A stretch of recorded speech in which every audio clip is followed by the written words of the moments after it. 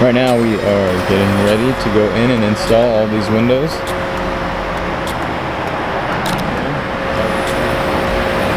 And it's going to be a mirror type film.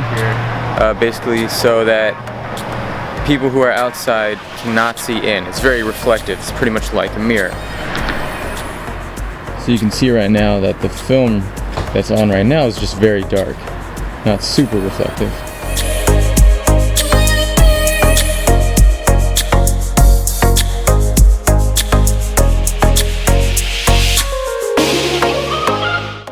You can see me pretty easily. You can see how mirrored the film actually is.